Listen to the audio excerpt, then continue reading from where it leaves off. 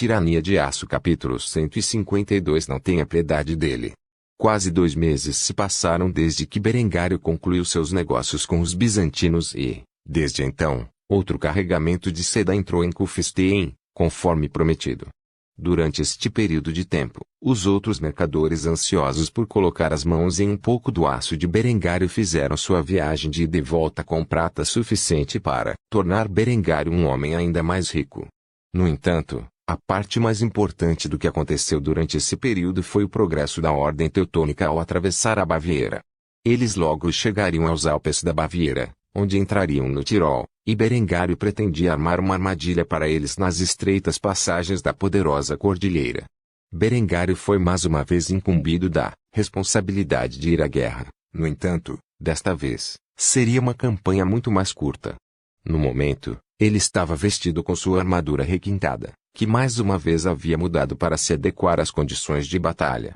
Ele usava um arreio de chapa de aço enegrecido de 3/4. No entanto, sob a armadura havia uma cota de malha de aço com anéis de latão nas camadas inferiores das mangas. Sobre suas mãos havia um requintado par de manoplas de placa de estilo do século XVI cujos dedos foram segmentados e escurecidos enquanto compartilhavam um elegante padrão dourado que estava em sua armadura.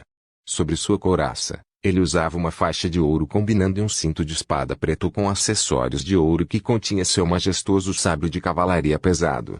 Ele não usava mais a assinatura, o Affenrock no passado, e sua braguilha blindada estava em plena exibição sobre suas calças pretas e douradas estilo Landsknecht. A braguilha blindada combinava com o padrão do resto de sua armadura. Como calçado, ele usava um par de botas de cavalaria que dobravam até os joelhos. Quanto ao elmo, ele havia trocado o solideu e o gorro emplumado por um burgonete de estilo alemão mais tradicional, que tinha 3 aros no topo do crânio, em vez do habitual. Claro, foi embelezado com o mesmo padrão intrincado de ouro no resto de sua armadura. Vendo seu amante preparado para a guerra novamente, Lindy não pôde deixar de franzir a testa. Seu cabelo loiro avermelhado agora estava muito mais longo e transbordava pelos ombros. Sua franja estava reta e uma mecha de seu cabelo estava amarrada na parte de trás de sua longa cortina vermelho-dourada. Se qualquer coisa, com este novo penteado, ela estava ainda mais bonita do que antes. Ela segurou o bebê em suas mãos enquanto fazia beicinho para Berengar, que a estava deixando tão rapidamente depois de voltar da guerra no Tirol.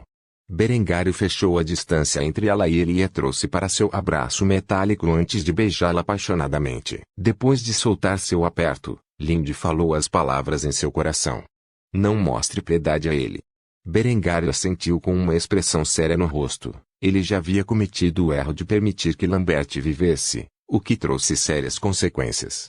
Um exército de mais de 30.000 homens estava à sua porta, com seu canalha de um irmão mais novo à frente.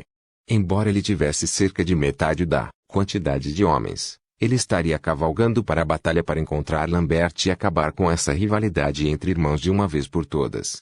Depois de se despedir de seu amante e filho, Berengário saiu para o pátio de seu castelo, onde montou seu poderoso corcel Eruin e se preparou para encontrar seu exército, que já estava reunido nos portões da cidade de Cufstein. Depois de se encontrar com seu exército no ponto de reunião, Berengário notou a magnificência de seu exército. Muitos dos veteranos foram retirados de suas posições como guarnições e substituídos pelos recrutas. Afinal, ter veteranos em seu exército para manter a ordem e a disciplina era crucial para a vitória, especialmente contra um exército tão grande quanto o de Lambert. Diante de Berengário havia cerca de 15.000 homens, 10.000 dos quais eram infantaria, todos vestidos com a brilhante exibição de trajes pretos, dourados e brancos, com armadura de meia placa de aço enegrecido e burgonetes.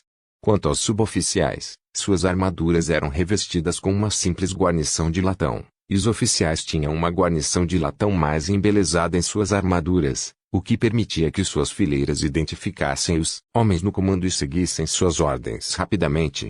Aproximadamente metade da infantaria estava equipada com o mosquete 1417-18 Rifled. Os outros ainda usavam o mosquete padrão 1417 Lambaterne, de cano liso.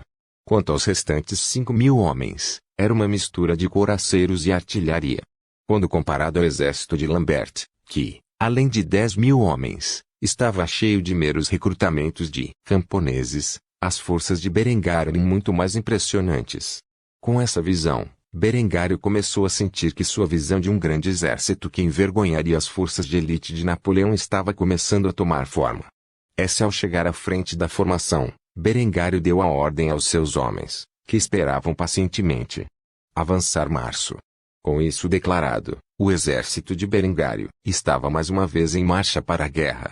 Os cidadãos de Kufstein se reuniram em ambos os lados do exército em marcha para mostrar seu apoio, plenamente conscientes de que muitos desses jovens não retornariam. Como tal, flores foram colocadas aos pés do exército que começou a marchar em direção aos Alpes da Baviera. Cavalgando ao lado de Berengário estava seu marechal de campo Eckhard von Hallstatt. Foi ele quem concebeu o plano de encontrar o exército teutônico nas montanhas e emboscá-los. Com um alcance superior e o terreno traiçoeiro, Berengário e suas forças seriam capazes de tirar o máximo proveito da situação e infligir baixas em massa ao inimigo antes que pudessem colidir com suas forças em combate corpo a corpo. Quanto mais inimigos puderem ser mortos à distância, melhor. Berengário, é claro, ainda estava apreensivo com o plano, considerando a grande desvantagem numérica deles. Como tal, ele expressou suas preocupações a Eckhard. Você tem certeza disso? Se eles entrarem por uma região diferente, deixaremos nossos flancos abertos. Eckhard fez uma expressão solene enquanto assegurava a Berengário o sucesso de seu plano. Munique caiu nas mãos do Duque Otto, a menos que ele queira enfrentar os exércitos austríacos. Lambert terá que contorná-los. Eles passarão pela Suábia, especificamente por Oberstdorf, para chegar ao Tirol. Fique tranquilo, nossos batedores já relataram vendo-os na área. Quando eles entrarem nas montanhas, estaremos esperando por eles. Não haverá escapatória. Ao ouvir como Eckhard estava confiante, Berengário soltou um suspiro de alívio. Apesar de ser ele próprio um estrategista e tático decente, Eckhard era um verdadeiro prodígio na arte da guerra. E se o marechal de campo estava tão certo do resultado dessa batalha, então Berengário não tinha nada a temer. Como tal, o jovem conde continuou sua jornada. Com isso, Berengário e seu exército logo enfrentariam o exército teutônico em um conflito brutal. Desde que Berengário optou por poupar a vida de Lambert, ele sabia que a decisão voltaria para mordê-lo pelas costas, e as galinhas finalmente voltaram para casa para o puleiro. Somente o sangue poderia resolver esse conflito entre irmãos que vinha se formando há tanto tempo. Tirania de Aço capítulo 153 Emboscando a Ordem Teutônica. Depois de marchar por alguns dias, Berengário e seu exército chegaram à passagem em Oberstdorf, que levava ao Tirol. Devido à guerra em curso na Alemanha, especificamente com a conquista austríaca da Baviera, os cavaleiros teutônicos foram forçados a seguir um caminho estreito e mais traiçoeiro na região ocidental da Baviera, que fazia parte do orgulhoso Ducado da Suábia. Quando Berengário entrou no caminho montanhoso com uma ravina relativamente estreita, ele ordenou que suas tropas montassem sua artilharia mais alta do que a passagem abaixo. Escondidas entre as árvores das montanhas, as tropas de Berengário estavam à espreita, prontas para emboscar as forças de Lambert. Eles haviam recebido informações de seus batedores de que Lambert e suas forças estariam entrando na armadilha que montaram em questão de horas. Como tal, Berengário manteve uma vigilância cuidadosa sobre a passagem da montanha onde suas tropas se estabeleceram em posição de prender Lambert e seus exércitos. Não haveria escapatória do cerco que haviam estabelecido, e Berengário não podia perdoar Lambert pelas transgressões que cometera contra ele. Berengar poupou a vida de Lambert a mando de sua mãe e deu a ele a chance de se redimir. No entanto, Lambert não apreciou sua misericórdia e decidiu cuspir em seu rosto marchando um exército para as terras de Berengário. Isso não poderia ser tolerado. Não haveria misericórdia para com o inimigo hoje. Em pouco tempo, Berengário pôde ouvir a marcha de um exército de soldados teutônicos cantando seus hinos católicos. As bandeiras brancas com a infame cruz negra da ordem teutônica acenavam ao fundo enquanto marchavam pela passagem estreita. Vendo o inimigo diante deles, as tropas de Berengário prepararam seus rifles enquanto se escondiam atrás das árvores altas, usando-as como cobertura. Somente quando o inimigo estava totalmente encurralado no cerco, as tropas de Berengário começaram a disparar. A distância entre os exércitos de Berengário e os de Lambert era de algumas centenas de metros, fácil o suficiente para que milhares de mosqueteiros fuzilados caíssem sobre a desavisada ordem teutônica. Os alvos críticos eram os cavaleiros e homens de armas sob comando de Lambert. Lambert, que estava cavalgando à frente do exército, ficou chocado quando ouviu o tiro explosivo ecoar no ar. Instantaneamente, milhares de tiros de mosquete foram disparados, causando caos, morte e destruição em suas fileiras. Lambert foi completamente pego em um fogo cruzado por ambos os lados das montanhas. O efeito das balas de mosquete rasgando seus cavaleiros e soldados foi devastador. Embora Lambert tenha saído ileso, seu cavalo foi atingido por uma das mini-balas e caiu no chão. Quando Lambert se recuperou de sua posição no chão, a segunda onda de tiros de mosquete foi disparada, destruindo seus exércitos mais uma vez. Percebendo que essas eram as armas de Berengar e que ele havia caído direto na armadilha de seu irmão, Lambert corajosamente declarou seus exércitos para atacar a linha das árvores onde o inimigo estava escondido. Assim que a ordem teutônica chegou à linha das árvores, eles começaram a ser atingidos pelas dezenas de canhões colocados nas montanhas acima, disparando no sopé abaixo com suas granadas explosivas. No entanto, Lambert não prestou atenção a eles e, em vez disso, reuniu suas forças. Na floresta, eles nunca atirariam em suas próprias linhas. Como tal, as dezenas de milhares de taxas foram empurradas pelos membros restantes da ordem teutônica, que não foram abatidos na saraivada inicial. Apesar de estar bem equipado com mosquetes raiados, alvos de mais de 300 metros ainda eram uma dificuldade para muitos dos soldados equipados com essa tecnologia, e muitos dos projéteis erraram o alvo. Como tal, ainda havia milhares de soldados teutônicos fortemente armados marchando para a floresta para enfrentar as forças de Berengário em combate corpo a corpo. Berengário ainda não havia mobilizado a cavalaria. Em vez disso, eles agiriam como as unidades que cercariam as forças de Lambert se tentassem fugir da ravina. Como tal, ele calmamente sentou-se em cima da sela de Eruin e esperou que a batalha se tornasse interessante.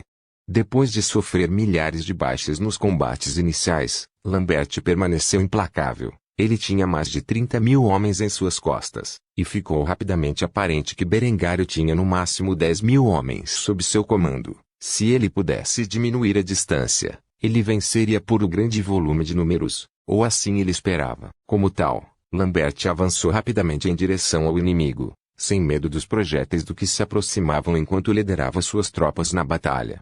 Seja ele simplesmente sortudo ou abençoado por Deus, Lambert chegou às linhas inimigas nas florestas gritando a plenos pulmões o grito de guerra de tantos cruzados.